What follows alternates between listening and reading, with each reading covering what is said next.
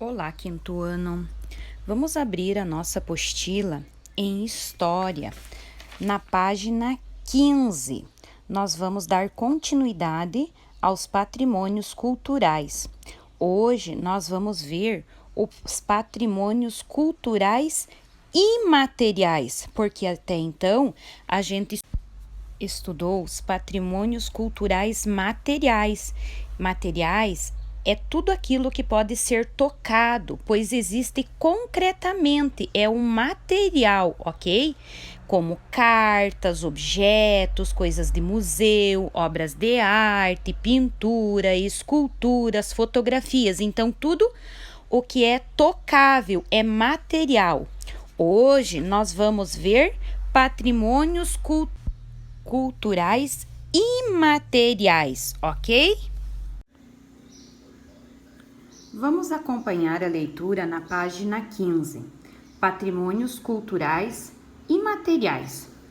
Diferentemente dos patrimônios culturais materiais, os patrimônios culturais imateriais, eles estão relacionados às habilidades, ao conhecimento e aos modos de fazer das pessoas, né? Então é algo que não pode ser tocado, né? É imaterial.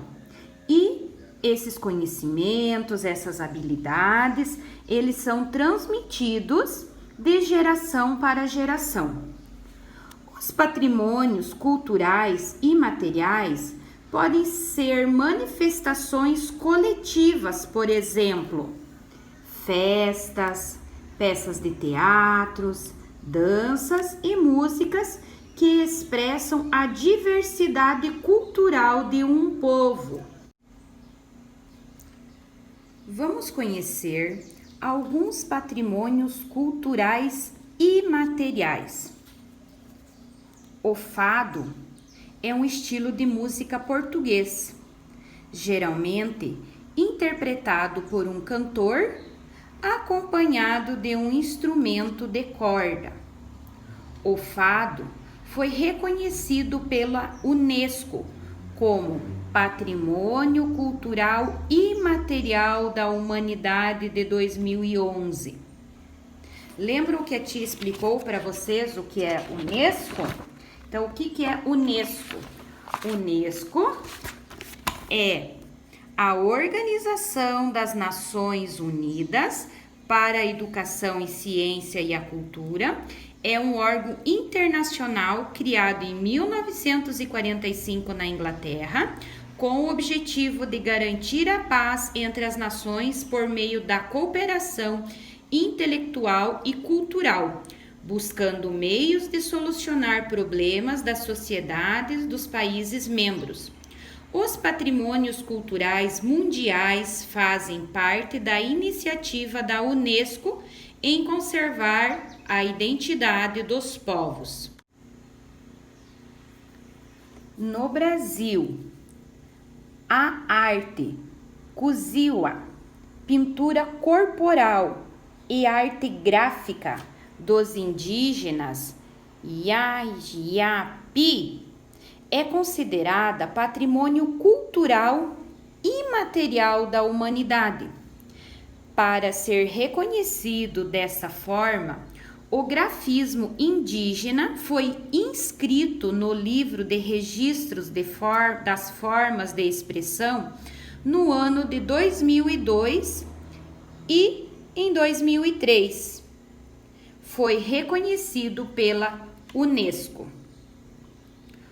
Os Wajija e Japi habitam o território do Amapá e o registro deles está relacionado com seus elementos culturais e com suas formas de viver e de agir.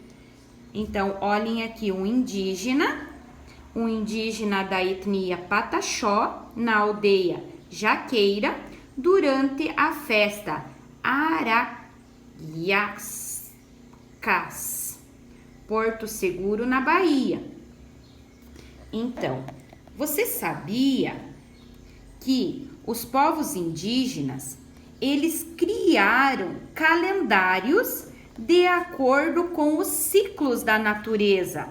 Assim, eles definiriam períodos de plantio, de chuvas e de colheita.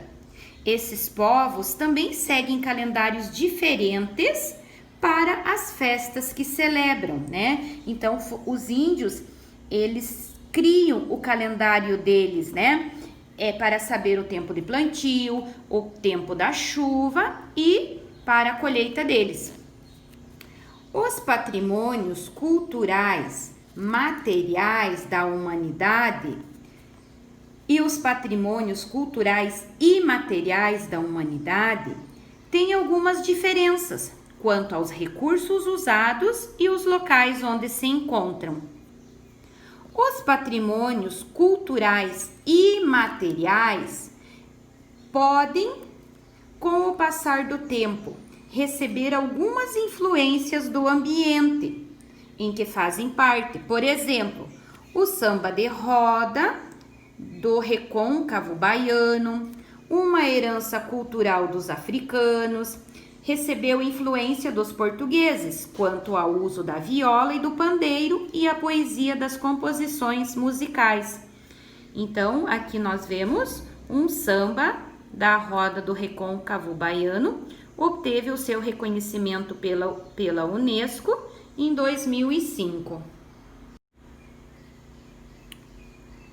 Outro exemplo de patrimônio cultural imaterial da humanidade é o lavash, o pão-folha, reconhecido no ano de 2014. Este pão é típico da Armênia e as formas de preparo e de partilha têm sido transmitidas de geração para geração. Então, observem aqui também o pão-folha, né? Ele é reconhecido pelo patrimônio cultural imaterial da Armênia, porque ele é passado de geração para geração, é transmitido, as mães passam para seus filhos e assim por diante. Você sabia? No Brasil, algumas formas de preparo de alimentos também foram consideradas patrimônio cultural imaterial, como o queijo da Serra da Canastra. Em 2008, a prática de produção artesanal do queijo de canastra foi reconhecida pelo Instituto de Patrimônio Histórico e Artístico Nacional IPAM como Patrimônio Cultural Imaterial do Brasil. Os patrimônios culturais imateriais da humanidade estão relacionados a memórias de um determinado grupo. As etnias são transmitidos de geração para geração. Por meio dessa transmissão de saberes, podemos conhecer histórias e manifestações culturais. Então, agora que nós já conhecemos sobre o que é patrimônio cultural imaterial da humanidade, pesquise em livros 2 exemplos desse tipo de patrimônio e registre em seu caderno, né? Então, tem o gênero musical, tem pinturas. A respeito dos patrimônios culturais imateriais da humanidade, leia a afirmativa e marque X na que está correta. Para ser considerado patrimônio cultural imaterial da humanidade, o bem não pode ter sofrido transformações culturais com o passar do tempo? Não. É possível que alguns patrimônios culturais imateriais da humanidade se modifiquem, se adaptem às novas realidades? Correta. Observe essas imagens, né? Então, esta imagem foi o Heitor dos Prazeres. Ele pintou uma roda de samba. Com base na leitura, responda a questão. Relacione a obra de Heitor dos Prazeres com os elementos da roda de samba do Recôncavo Baiano. Então, observem essa imagem da roda de samba e agora observem a imagem da roda de samba do Recôncavo Baiano.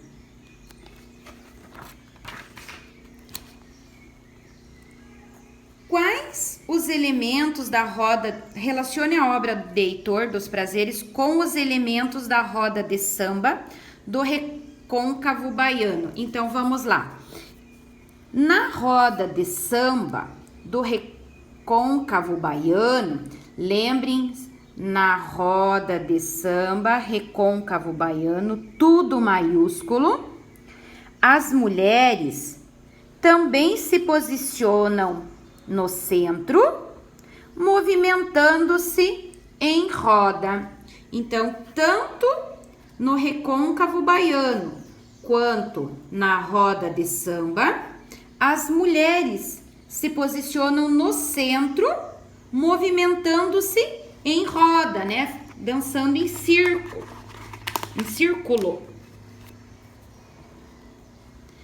Estudamos que os patrimônios culturais estão relacionados ao modo de viver de diferentes povos e a como essas pessoas se organizam e mantêm a própria cultura.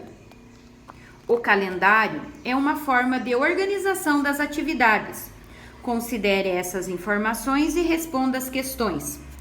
Como os egípcios percebiam a passagem do tempo e organizavam suas atividades? Então, os egípcios identificavam a passagem do tempo, organizavam suas atividades conforme os períodos de cheias do rio Nilo. No período em que o rio Nilo se encontrava em seu curso normal, eles realizavam as atividades, as suas construções e as pirâmides do Egito. Aonde que nós vamos encontrar essa resposta? Lá na página 14, mostra que os egípcios que habitavam as margens do rio Nilo, eles dependiam da época de chuvas para sobreviver, as quais faziam o rio transbordar. Lembro que nós pintamos aqui a época da falta de chuva, onde tinha muita chuva. Então, as épocas do rio Nilo, as cheias do rio Nilo duravam de junho a setembro e eles tiveram que fazer um calendário, se preparar para o plantio, para as construções, né? Então, eles se organizavam desta maneira. Agora, nós vamos ver como os indígenas identificavam a passagem do tempo. Então, os indígenas identificavam a passagem do tempo pelos ciclos da natureza e assim eles organizavam as suas atividades.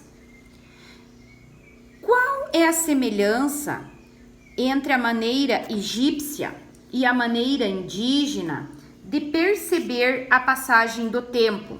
Então, os egípcios e os indígenas, eles consideravam os elementos da natureza como as cheias dos rios, o período de chuvas, para contar o tempo.